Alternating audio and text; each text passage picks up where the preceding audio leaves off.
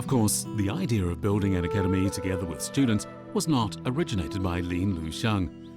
As early as 800 years ago, when Zhu Xi was building his Wuyi retreat, he intentionally asked his students to join in. Jiaochu Stream stretches like a belt, and there's a very quiet place at the foot of Yinping Peak. In the year 1182, Zhu Xi resigned from office and worked with his disciples to build the plain Wuyi retreat. His aim was to create a pure literary space in a tranquil setting of mountains and rivers. Wuyi retreat was located in the deep forest.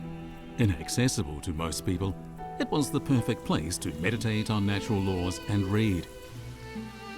By then, Zhang Shi and Lu Zuqian, two of the contemporary Confucian sages, had passed away. It was then that Zhu Xi, at the age of 53, became Confucianism's greatest master. 当今道在武夷，这什么意思呢？就说朱子所在的地方就是文化中心，他就是中国文化的一个代表。说白了就是这样。这个是了不得的一种评价，也是我觉得也是非常确切的。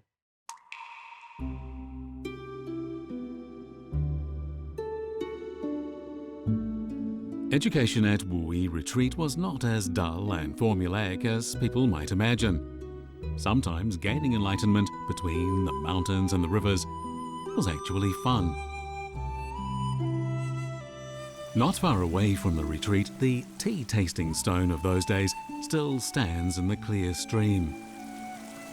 People today are as delighted as ever when talking about stories of Zhu Xi and his disciples, ascending the stone, cooking tea, and discussing philosophical problems.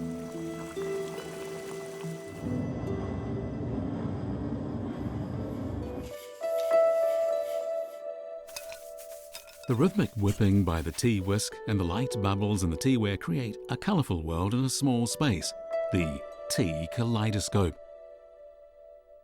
This tea ceremony, popular among men of letters in the Song dynasty, has been made accessible to ordinary people. 茶百戏它又叫分茶水丹青，它就是通过注汤和搅动的方法，就可以使茶汤的表面幻变出图案的一种独特技艺。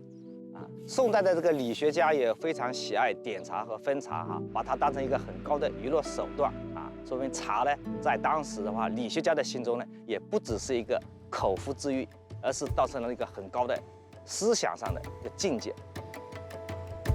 Zhu Xi loved tea grown in the Wuyi Mountains throughout his life. He not only planted more than 100 tea trees at the bottom of Yinping Peak, but also found pleasure in tasting tea with his friends while discussing philosophy. Zhu Xi also expressed his fondness for tea in his verses such as, "The Panglai fairyland lies above the Wuyi Mountains. The tea sapling I plant is one with a magic taste. Tea drinking refreshes me.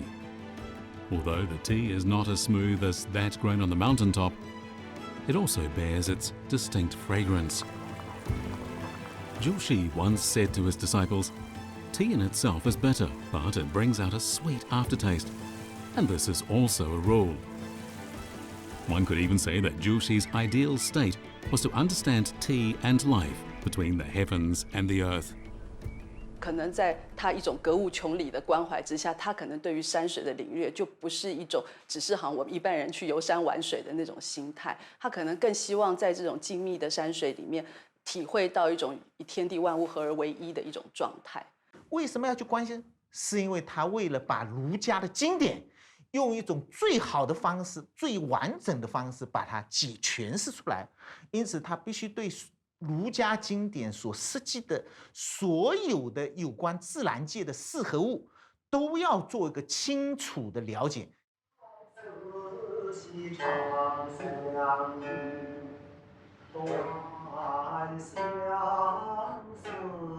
In the ancient city of Luoyang, He, a scholar of Zhu Xi, is holding a literati gathering with a group of young people who love traditional culture. Today's theme is the tight bond between the great Confucian Zhu Xi and the mountains and waters of Wuyi. They've just planned to travel to the Wuyi Mountains, the hub of Neo-Confucianism, to have a taste for themselves of the picturesque landscape that inspired and comforted Zhu Xi throughout his life.